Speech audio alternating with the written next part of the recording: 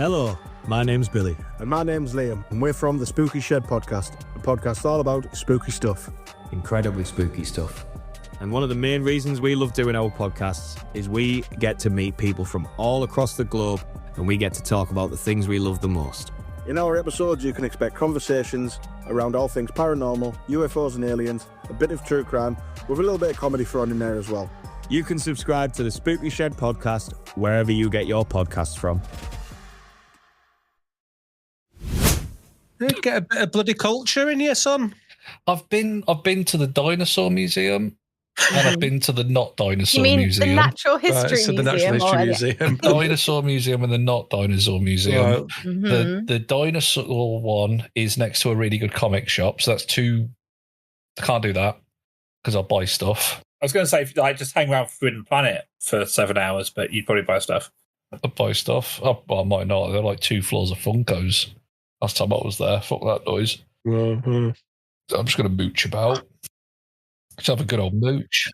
Do they stream it or anything, or broadcast it anywhere on the internet? The awards? Don't think so. I'm really tempted to do my own as well, you know. What, your own awards? Yeah. What, your podcast awards? Yeah, I'm going to do our own podcast. We'll do our own TTRPG podcast awards. Mm-hmm. We'll get some like fancy production in. We'll Dungeons do and it Dickheads live. can't wing every time, can they? Well, no. So the Neil Breen podcast will have to win instead. What D&D content has Neil Breen? The host plays D&D, so... Is a dickhead and a doofus. There you go. Just have one that's like loosely connected. Right, shall we get started? Yeah, let's play. Let's roll some dice.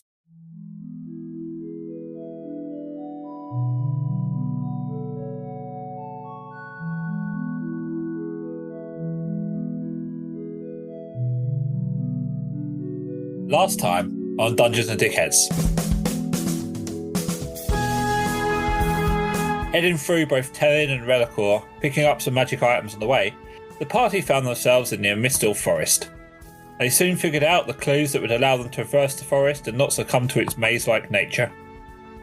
Finding a clearing with 3 strange stones, the trio used their magic to wake them, resulting in a vision from the past revealing that the 6 ancient heroes had installed a failsafe under Fort Light in case any of them went rogue and tried to release Helios using the artifacts.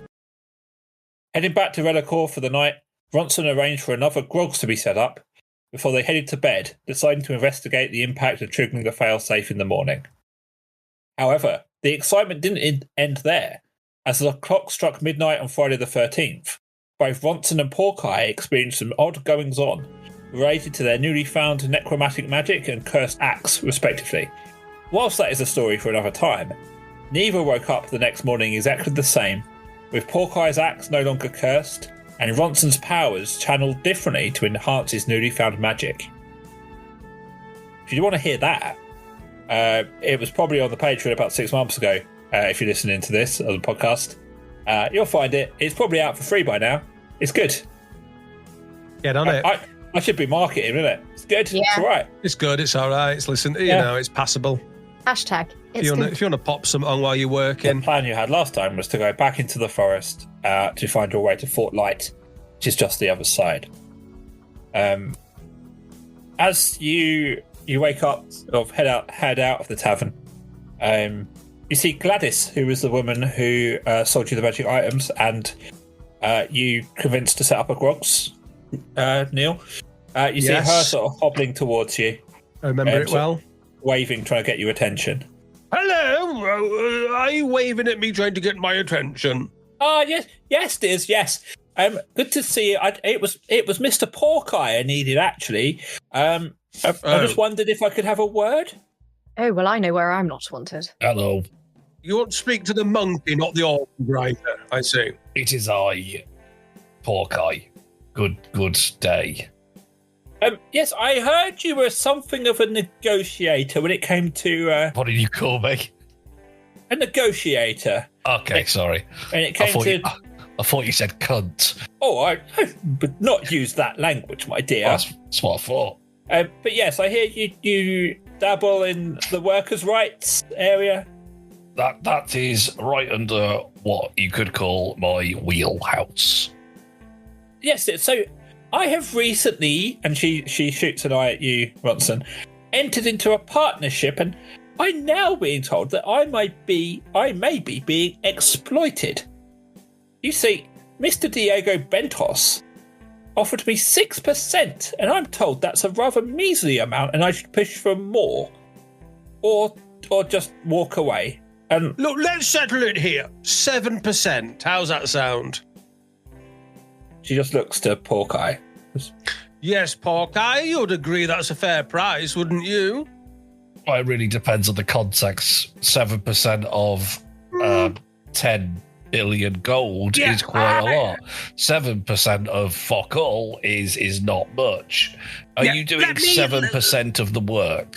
Let me give you the context, Porkeye. Let me give you the context. The context is the CEO of Grogs is part of your gang. Also, I did give you some money for a finder's fee, if you remember. So, buddies help each other out. I think that's the context you're looking for. Are you doing 7% of the work? Well, it sounds like I'm going to be doing 100% of the work, because I'm going to be the one here running the stall, and he gets the money. So, Is this a franchise? What's This your face, business? you see this face? This face is doing an awful lot of the work. Do you have this face? What's the business model here? Because it sounds like a franchise where you take all of the profits that the franchisee should be having. Pardon? No. So you see, what it is, Porkeye, I know you'd probably struggle to understand this, but don't worry, please don't feel emasculated. I am the CEO of Grogs, where we make roly sausages. Now, this young lady, beautiful young lady, by the way, is one of the reasons I chose you to be a part of my workforce. Here is running one of my franchises here of Grogs, and she will get a nice little cut of all the profits we make. And I think that about sums it up. All right, so it sounds to me, boy, and that's something you'll stick by. What you just said is contractually bulletproof, if such a thing exists in this world. Yes, she will certainly get a percentage of the profits. I can guarantee that. Okay, nice old lady. It sounds like you will get 7% of the profit from Grogs itself for running this here shop. That's and I believe right. there's about 7% of all the money she gets through her franchise. No, that's not what you said. Yes. That's not what you said, and I did give you the opportunity to correct yourself. What's the difference between gross profit and net profit? Gross profits includes outgoings. Net profit he's wrong. is pure profit. He's wrong. He knows nothing. Don't listen to him. He knows nothing about this. I wouldn't trust him. I think this man's a shyster. So how many grogs have you got currently? You know what? I would have to speak to my accountant. That information's confidential. 5 for my counting. Well, that's not fair. No, whoa, hang on. This ain't fair. Now, Dave, listeners who can't see what's happening. I was trying to show you, Neil. Dave just but he can see the camera as well.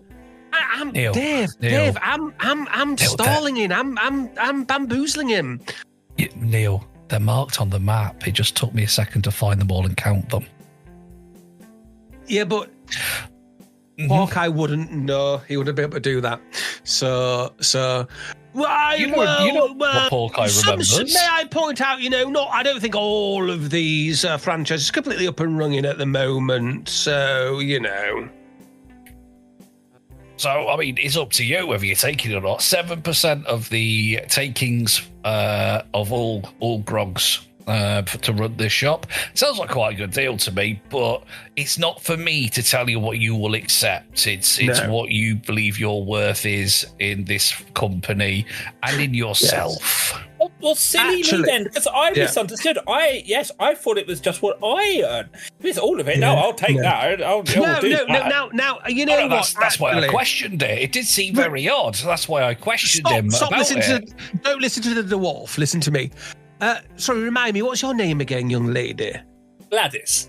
Gladys says, Gladys, can we just have a private word? Just come over here, because I think what Porkeye's got to say there is very enlightening, and I really do want to discuss this with you. Gladys, just come over here.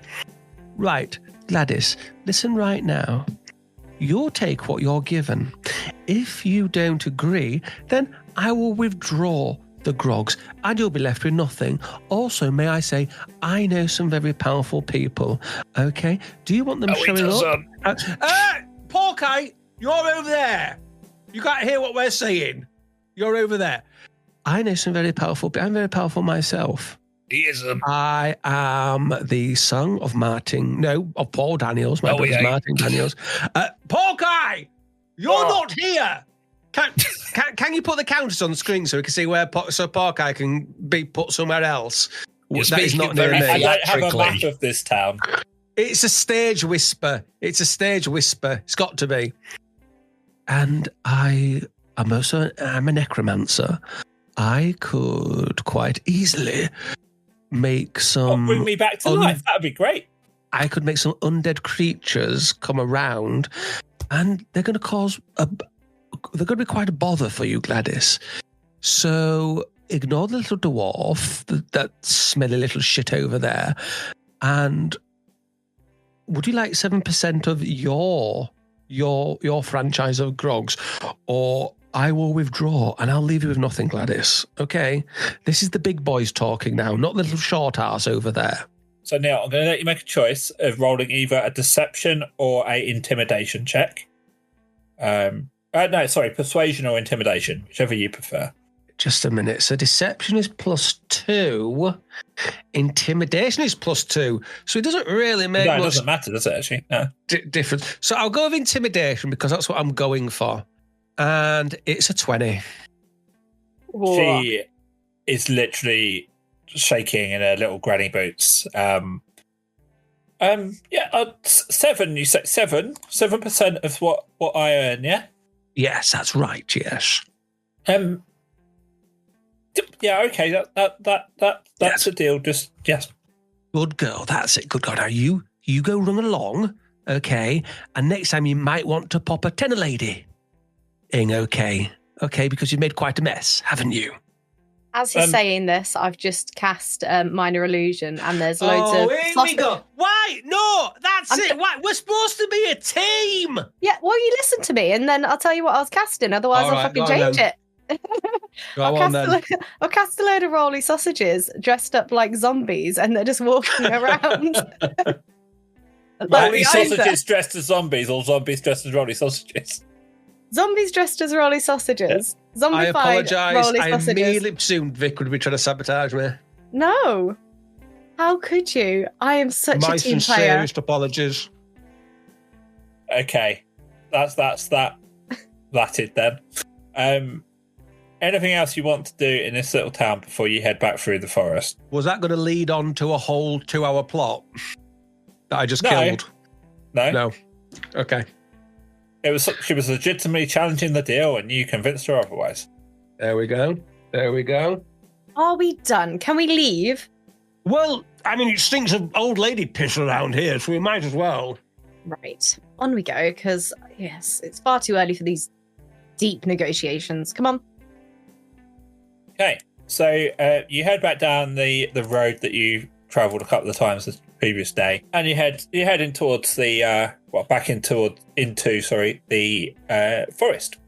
But this time it's completely different. It no longer appears maze-like. It's just a literal straight path ahead of you. The trees are literally guiding your way. Yeah, it's as if the forest has decided it likes you, and it's just letting you pass without having to pass any of its little tests or tricks. Eventually, about half an hour or so after walking, you see that the path opens up, and ahead of you, you see what appears to be a small village in the distance.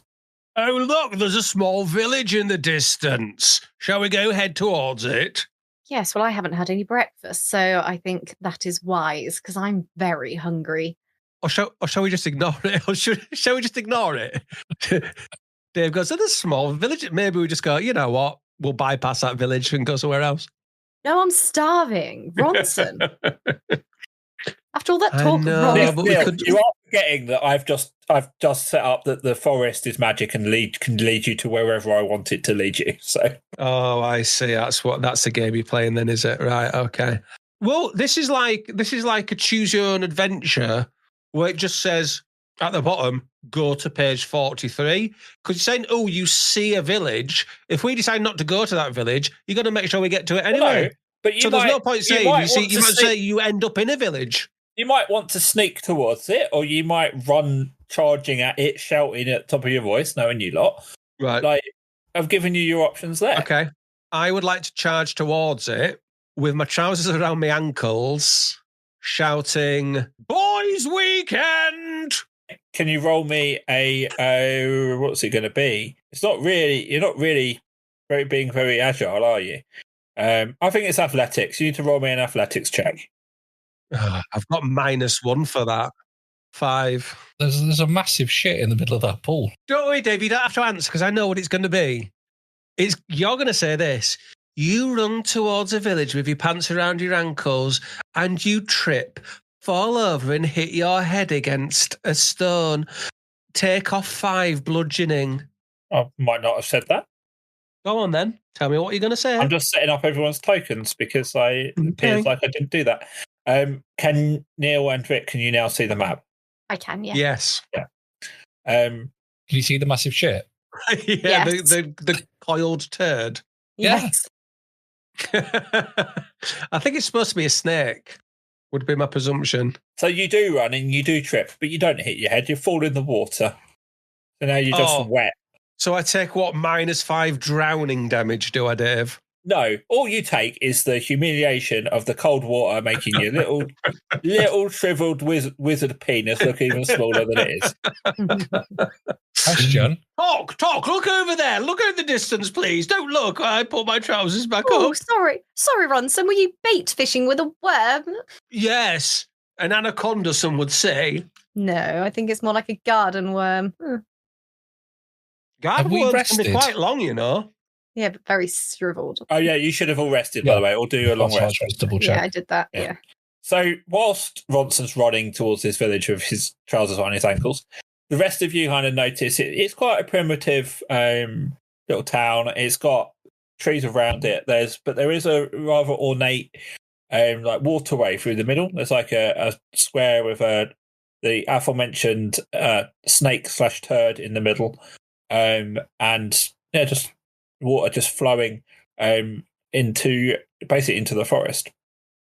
You do see in one of the offshoots of this bit of water, there's a man just working on a boat.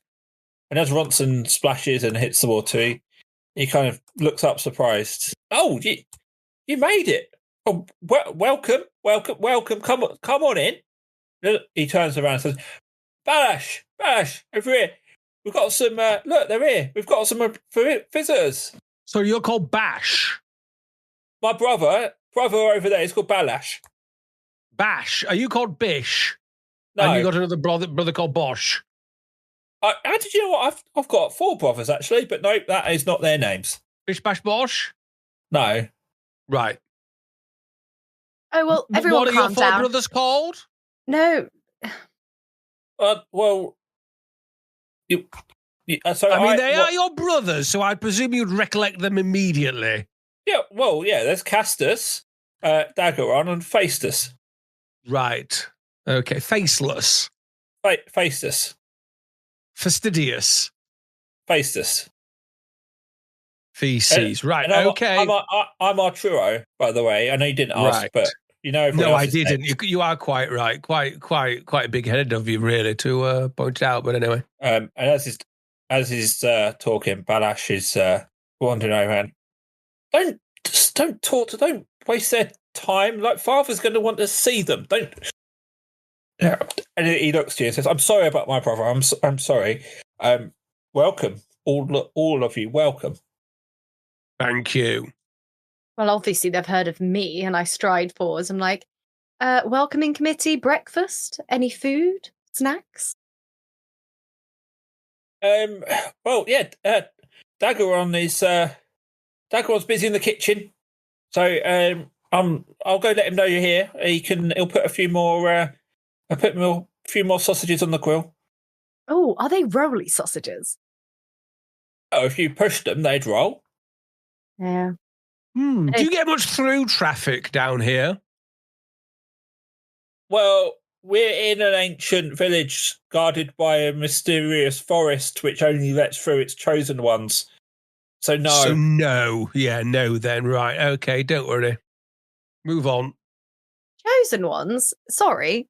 When was the last time you had visitors? Well, I don't remember them. My father might. It's certainly been a long time. At least 32 years. Oh, you're 32. Well, I'm starving. So any food that's going, I will take. And yes, any gin? Well, here in the order, we don't indulge in the drink, I'm afraid. Oh, that sounds terrible. Yes, it doesn't sound like a great order. Are you allowed to touch yourself? He kind of just blushes. I'll I'm take going that to as a take that no, as- but you do anyway. Yes. What order is it? The Guardians of Light. Oh. I think I rented that out the other week. It's very good. Champions of the Sun. No, the Guardians of Light. Masters of karate and friendship for everyone. The Guardians of Light. And what do you do? Guard Well, the light, I suppose. I mean, guard stupid the light. question. Yeah, what light? We guard Fort Light. Wait, really, my dad has been waiting years for you. If I tell you all of this, he'll be really mad. So look, go and speak to my dad over there. I'll get Balash to bring the food over. And When he points you say waiting, you've been waiting a long time for you. Are you talking about us collectively or me and my own? I just want to know so I can gauge how much interest I give to this adventure. We were always told that it would be 3 heroes. Right, okay. So a third of my interest is what you'll get. Okay. Well, there's the 4 of you and the otter and the cat. So, it's 50-50 whether any of you are actually part of the 3 chosen ones. Oh, I was forgetting Ramona's here, isn't she? Sorry, Ramona, forgetting about you. He always Pebbles. forgets about me. Pebbles is obviously one of the heroes of this game. This adventure, this Fort Light. He's a Fort Light hero, wouldn't you say? She certainly looks it. Not rising to that. Your knob's rising to that. Oh, no. That's not even close to what I said. Go on then, let's go play Fortnite or something. Jug's out. I love a chug jug of gin. Hopefully they've got some. Let's go. So you'll need to tell me, and the listeners won't see this, obviously, because they're listening, but we're playing with dynamic lighting. So what you should see is most of the buildings have got black interiors. Is that right? Mhm. Yes. Cool. It's blacked So- out, yes. So our trio has come up to the building up here. If you want to move your characters up and inside, you'll see what happens. Ooh, I'm in. Oh, it's Very cool. magical. It's magical, Dave. Well done for that. You'll also find you can't walk through walls. Oh, Yeah, I can. You're right. Yeah.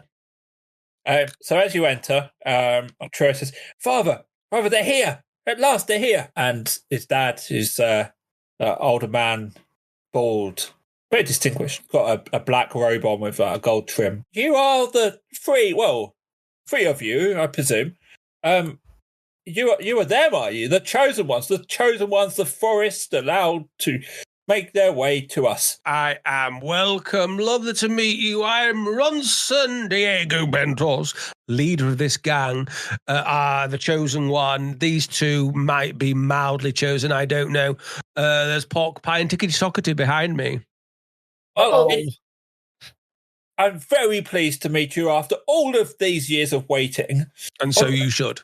Do forgive my manners. I am Vitruvius, and I am the last remaining sage of the Guardians of Light. You're Vesuvius. Fantastic. Carry on. So, if you've made it here, I presume you've been through the forest. You're aware of Fort Light and what it holds beneath.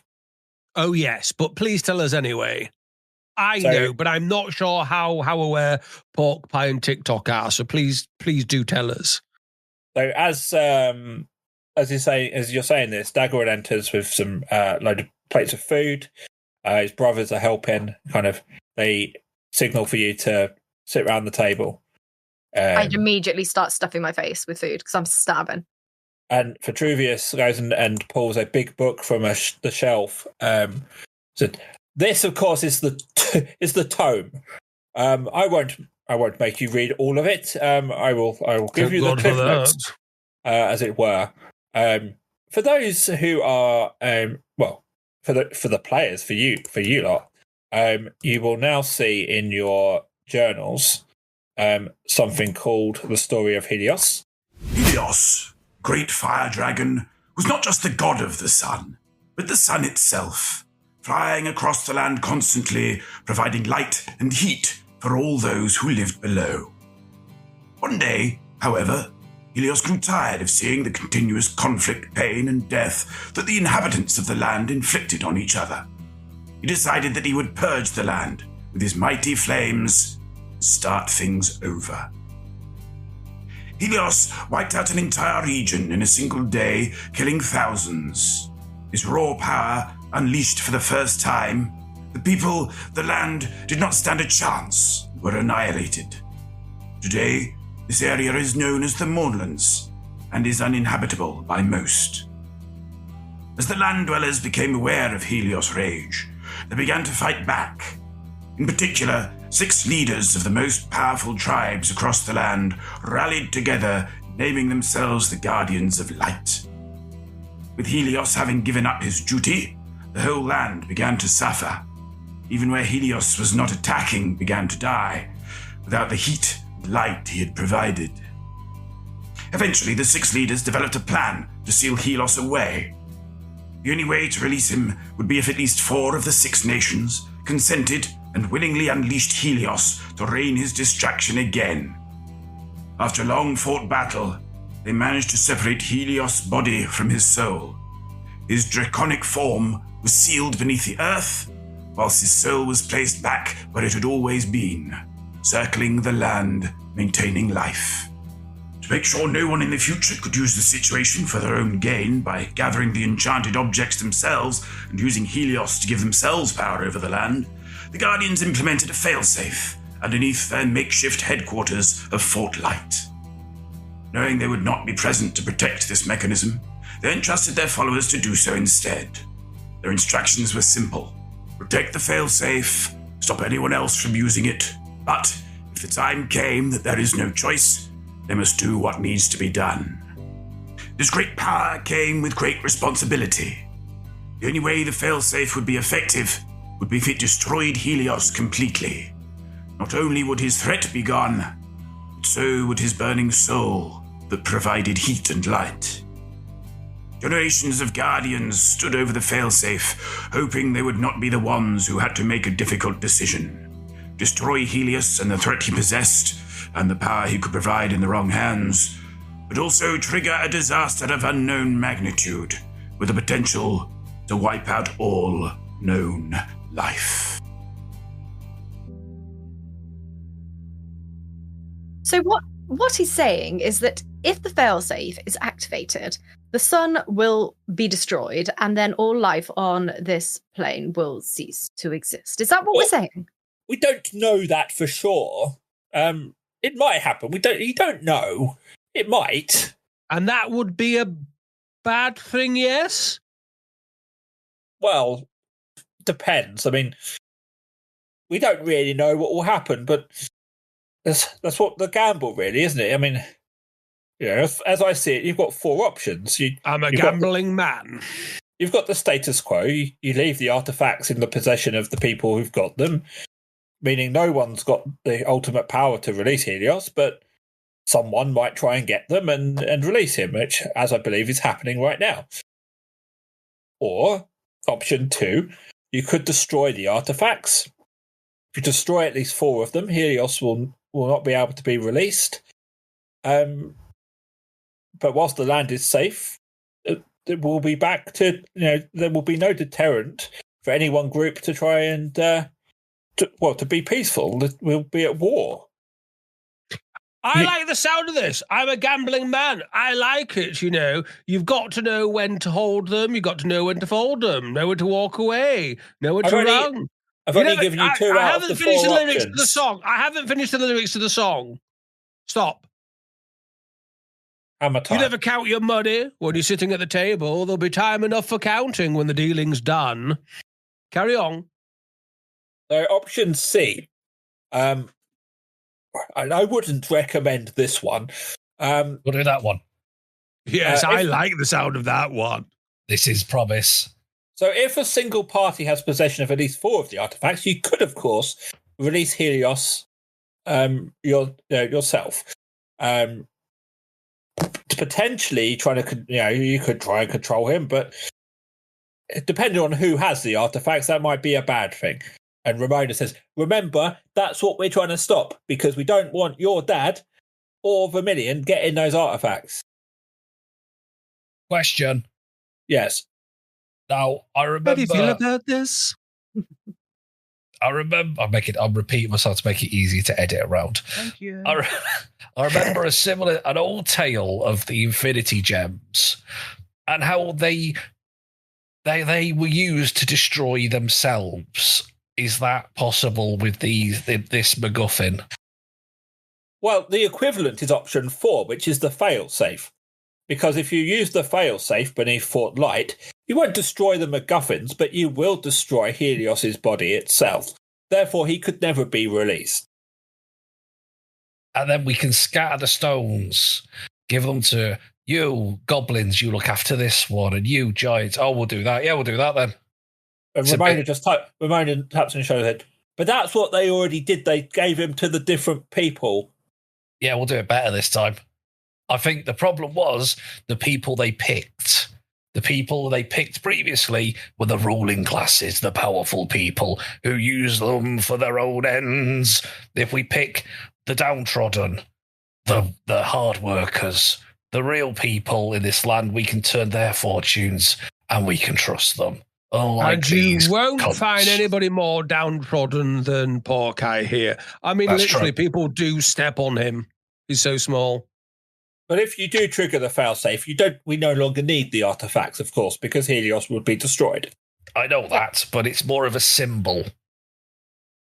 Oh, okay, very poetic. Yes, very poetic. So I must admit, I am ashamed that you see our great order in the state it is in. Not everybody has kept the faith as I have. But please know that generations of guardians You've got to have here. faith. As you're saying this, sort of Atreus says, yes, Father is the only one that truly kept his faith, even when all the others left. And you've got to have faith for faith. How many of you are there? Is it just you lot? Well, so there's my 5 sons. There's me. That's 6. And there's Georgie. So 7. Could you, with the revelations, people left because they didn't believe. That's fair enough. I could understand that. No, they believed, my boy. The problem was, us humans, we have quite short lifespans. The elves, the giants, they live a long time. 100 years, it's very easy to get jaded after 100 years of waiting. They gave up. They no longer believe they could dedicate their lives to this cause anymore. Right. So these part-timers, if there was a situation, right, towards the end game of this adventure where we might need an army to appear out of nowhere, Do you think you can send Tom, Dick, and Harry out to go and speak to these people who gave up faith and go, oh, by the way, there's big shit happening with the MacGuffins, and we might need you at some point? Because it is important to have faith for faith. Yeah, Fred Durst said that. Well, we don't have a Tom, a Dick, or a Harry. I've got Arturo, Balash, Castus, Dagoron, and Faestus. Will Yeah, they... get one all. Send one to the elves, Not a one to the snappy, dwarves. is it? It's not a snappy. Who is Georgie? Oh, Georgie, lovely Georgie. Georgie is the one non-human who's stuck with the cause.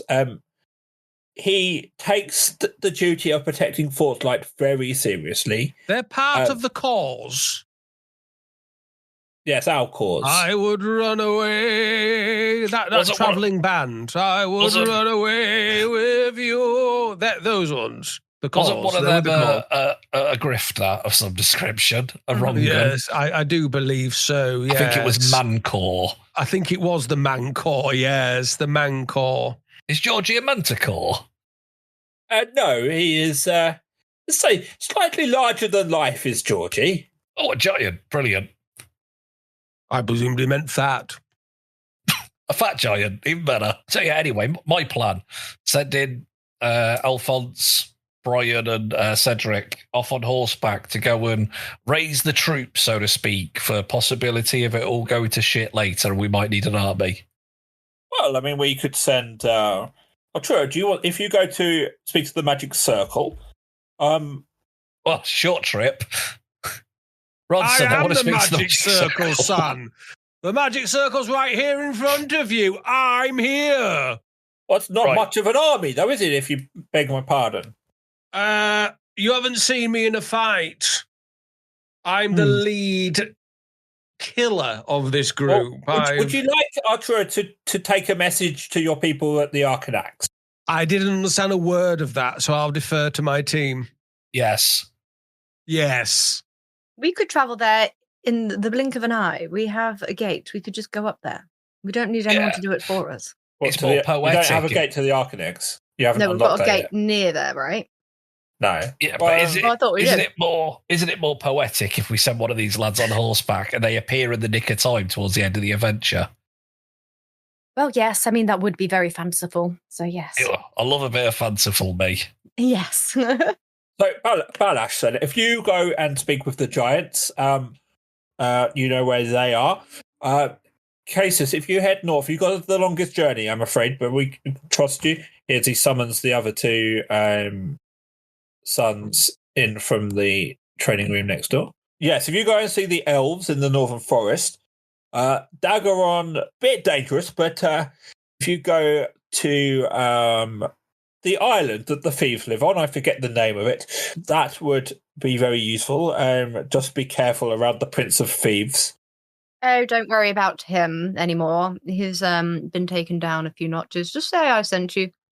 Oh, perfect. You do have your connections, don't you? And Faestus, why don't you go and speak with the Dragonborn? Yes, that my friends. Are you heading to Fort Light? Is that the plan? Well, If one of you's out and about and sees my friend the dragon, could you get them to give my dragon a tip as well? Just give him a nudge. Saying Uncle Porky might need your help later. I would like to see this dragon as well. Not your dragon, the body of this dragon. I want to see if it's any bigger than your dragon. You know, size matters. What? The dragon body underneath Fort Light. I always thought it didn't matter. Oh, well. I thought it was how you used the dragon. After seeing your worm, I mean, you would believe anything. Is anyone getting the Ravagers? They were there as well. Right, so hang on. So we've got the elves, the giants, magic people. Someone grab the goblins. It's a tabaxi, wasn't it? Yeah, the Baxi was representing the Thieves Guild. Oh, it was, yeah. One of you grab the goblins, tell them Uncle Porky needs help. Just tell them it's a union thing. They'll understand. Just get everyone you can. Just wait until the very last second to arrive, though, and because it'll be much more fanciful and fun. And if you can arrive in little portals, do that. And one of you's got to say Uncle Porky on your left as the first one arrives. and we'll all have a lovely time. It's very very specific, this, isn't it? It's very specific, yes. These instructions. And one of the giants has to randomly be in two places at the same time, and it makes no sense, but it happened, and everybody missed it during the editing process and the CGI process. But for some reason, there is a giant man in two places at once. Right, okay. I mean, I'll do whatever, just, So, Ramona taps you on the shoulder again. So there's only 5 of the brothers, of course. The one people we haven't spoken to is the dwarfs. Do you want me to go find them, or do you want me to come with you to Fort Light? What do you think the reaction from the dwarves is going to be to this jolly adventure? Depends what dwarfs you're talking to. I mean, well, Papa's dwarf pals ain't going to like it. No, but your father never was particularly popular with the rest of the dwarfs. That's true. Go on then. Tell the dwarves of my plan. And we'll have them arrive at the last second as well. But everybody make sure you're all arriving at the last second together. I don't want any latecomers. I don't arrive too early. Just all exactly the same time in what we like to call the nick of time. Thank you. It sounds like you've made your decision then, my friends. I forgot what the decision is. I was raising an army. Why was I raising an army? I've completely forgotten. Well, I thought you decided you were going to find the failsafe on the footlight, trigger it to destroy Helios, and have an army ready for whatever might happen next. Yeah, that sounds like an idea I'd have. Yeah, let's do that.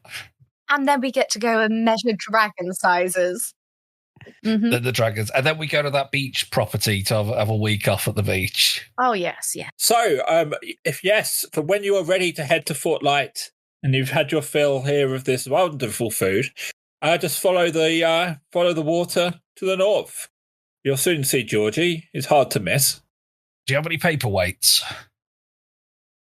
We've got lots of things that can be used to weigh down paper. We've got these little statues that represent the 6 heroes. If you can't shake them, he's not interested. What? I'll have paperweights so you shake. If you can't shake them, he's not interested. That's snow globes, you pillock. The same thing virtually, aren't they? No. Yes. I'll have those 6 paperweights. They'll come in handy. But for reasons I can't explain yet. They're just really crudely carved out of stone. It's like one's meant to be a dwarf, but basically the dwarf's just a smaller stone. The elf is just like a thin, tall stone, etc., etc. That's fine. I've got 15 paperweights now. Okay. Do you carry them with you? Yeah, they're in my knapsack. Must be very heavy. No, not in the slightest. They're only paperweights. So, what are you doing? We're off, unless there's any wisdom that can be delivered upon us as before we leave. Do we need to know anything about this failsafe? Have you guys seen it? Do you know what it does? Do you know how to activate it? Any clues? Anything we need to know? Anything we should know to help us with our oncoming adventure? And why do you have a massive statue of a shit? It's quite unfortunate, isn't it? The sculptor wasn't the most talented, but no one had the heart to tell him. It's meant to represent Helios, but he couldn't do the wings, you see. So a dragon without its wings and arms is basically a snake. Yes, but don't dragons also have feet? Yes, well, he couldn't do those either. Oh, well, I do feel sorry for him. Sounds a little bit like an artist I know, Rob Liefeld. Can't do feet. There's one for all the gooks. Yes, well, thank you, Vitruvius. Vitruvius, sorry. Those two Viuses. Mouth full of food. Vesuvius, yes. Well, if that's what you decided, I mean, obviously, I'll just go with what you say for once. And I get out the little coin from my my pouch, and I start the what again? The coin from my pouch. The coin. Right. There is a thing, and I can't say that word. Okay. This is interesting. You can't say the word coin. Coin. I'm saying it. Coin. It's a coin. A coin. A It's a coin. She wants a coin. A coin, that's where the fish stay when they're on holiday. Right. Why are you so mean? I get my coin Coin. Right. You get your coin. out. The one of the artifacts, and I just start flicking it in You my what, fingers. sorry? You But get now your you've what out? ruined Sorry. You've ruined the moment. No. Your coin. You get your coin out. Yeah. I've got the artifact in my hand, don't I? And what else have you got in your hand that you're paying with? My food. I'm eating. I'm stuffing it in my Yeah, face. but what are you what are you using to pay for things with? Gold. A gold what? Gold pieces. A gold Pieces. coin. Gold pieces. I see. Mm-hmm. Anyway, whilst Bronson is bombing any chances he had of getting a talk by mocking her. No, that was Neil Speech taking the piss impediment. out of Vic, not rude. Bronson taking the piss out of Talk. Oh, so mean. You follow the waterway. I want And to you're make it, Dave. I want to make it absolutely clear that I was heartlessly mocking a real person, not a fictional character. Which Noted. makes it better. Thank you. Thank you, Neil. So, as you leave the village and follow the channels of water, you soon see the structure of Fort Light looming over you, a high wall separating you from it. And in front of that high wall sits an even higher giant, adorned in not very much, but holding a makeshift club from a tree branch in his hand. He kind of looks at it. Stop there. Stop. No entry. Georgie, I presume. Yes, Georgie. Yes, well, we've just been talking to your pals over there, Vitruvius and Balash and Arturio, all of those Vesuvius, people. Bellend, all of them. Yes, all of them. And we're going to go into this here building. We want to have a look at the dragon. Dragon not here. Dragon in Spalding. Fail safe here. Oh, fail safe here. Well, yes, we want to go and touch that. Yes. Oh, well, no. Still no entry. Well, why not? We are the heroes. I waited here for years and years and years and years and years and years. So you can wait a bit and keep Georgie company. Well, what would you like to talk about, Georgie? Maybe we play a game? Oh, Well, I'm always up for Jesus Christ, man. I'll play a game. What would you like? Cards? I have cards. Oh, I'll tell you what I have, George. Twister, Big hands, card. No. battleships, Oh, Georgie show fucking you. Cluedo. Georgie show you his favourite game. It's circles and crosses. Tic-tac-toe, noughts and crosses, yeah, okay, right, And okay. with his big tree branch, he draws out a 3x3 grid. He stands up and he draws out and goes, Georgie's crosses. Georgie goes first. And he, Fine, Georgie. You go first. Where would you like to go? He draws a cross in the middle square on the left-hand side. Yes, well, where are we going? Corner, side? Yeah, you always go in a corner, don't you? Yes, well, we'll go top left corner then, Georgie. No, Okay. we got middle. You can, No, you he's can draw it gone yourself. middle. Oh, sorry. He's gone middle, so you can. Mhm. Yeah, Oh, you've yeah. gone not in the middle. Oh, okay. Sorry, I We didn't got- realise. we gone He has top gone in right. the middle. No, we're going in the middle then. No, he's gone middle. He's put us. No, he's it's put gone a nought middle in the middle. side. No, No, I've that got nought is you. Yeah. He's not Well, going in the we just middle. Go in the middle. We want to go in the corner first. That's how you win. No, we don't. No, it ain't. You We're go going in the middle. No, you go in the corner. Everybody knows that. You go in the corner. Do not go. Right, where's the weird guard gone? I've put the nought in. I've done it. Hang on. Have I just slipped into some kind of bizarro land? Everybody knows to wing noughts and crosses. You start in the corner. No, you don't. You do. Everybody No, you knows don't. that.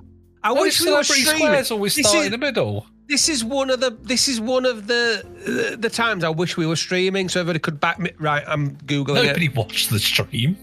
Well, where would you like to go next then, Ronson? Seeing as you're such an expert in noughts and crosses. Hang on. Podcast listeners, Wait, it's Georgie too late. We've gone in the middle. It's too late.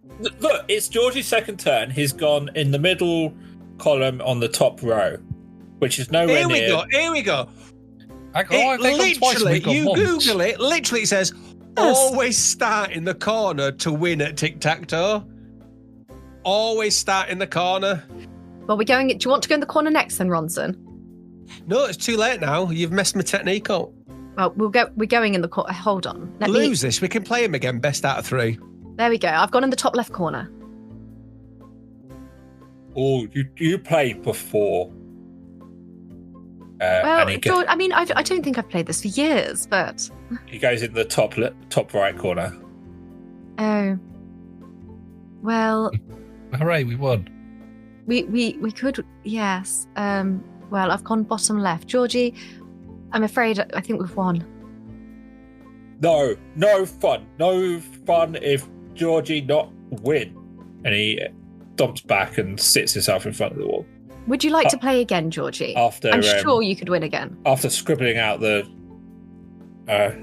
grid with his stick.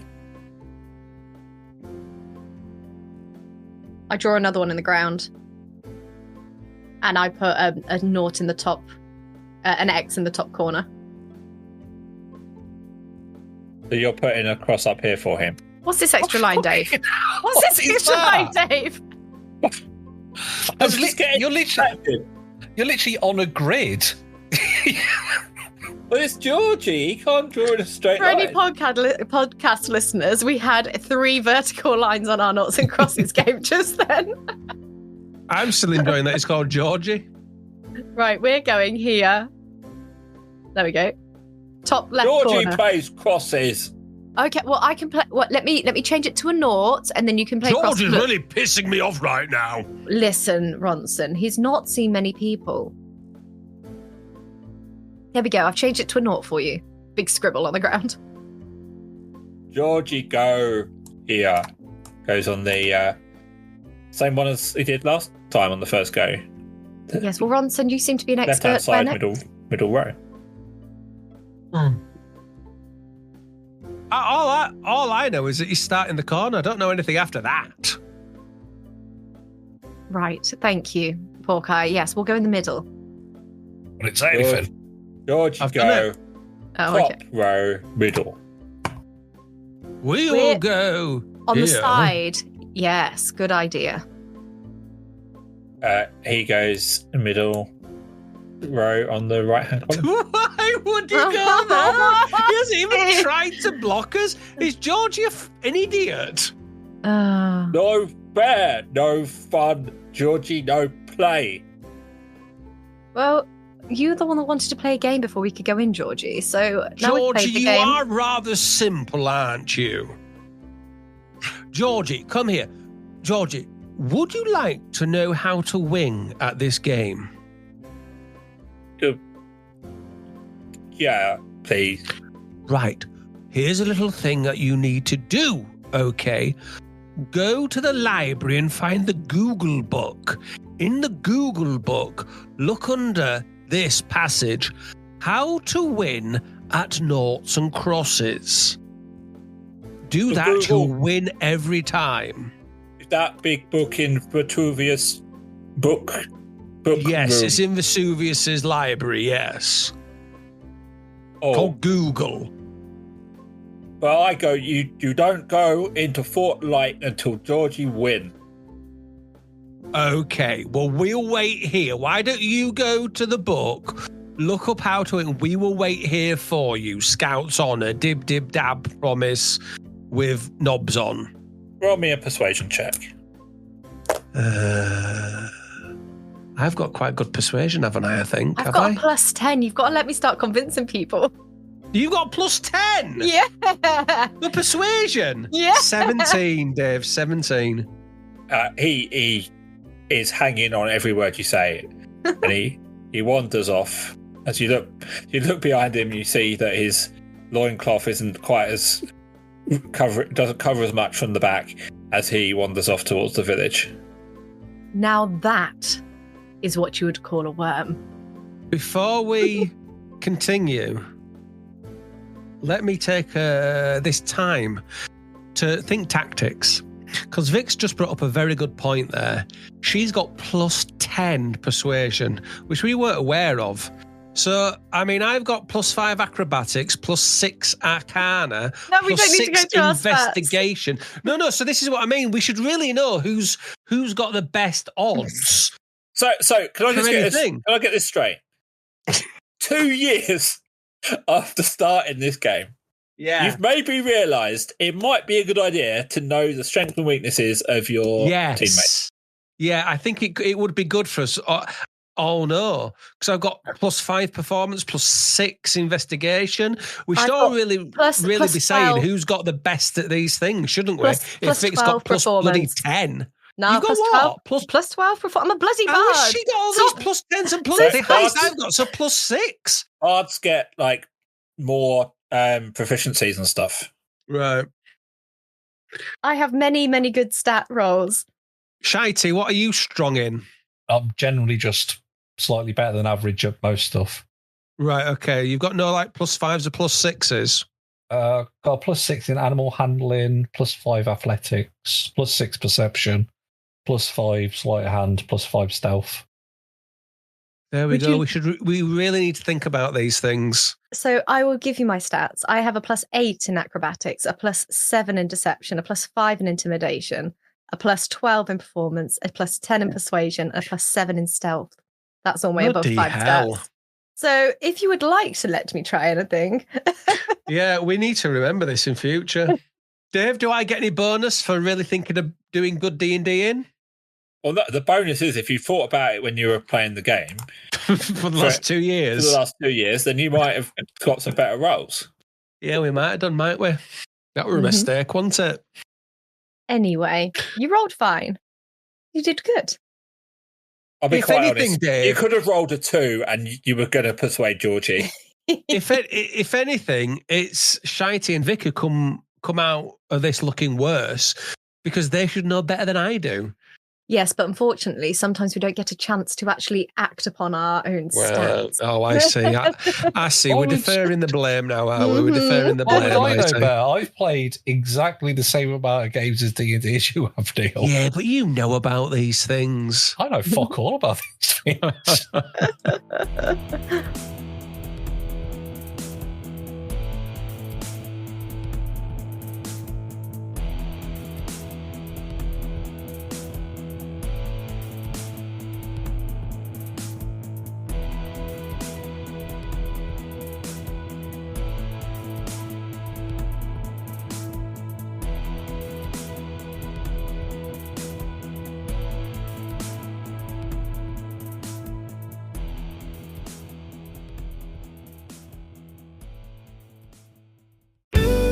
This podcast is part of Podomedy, the UK's podcast comedy network.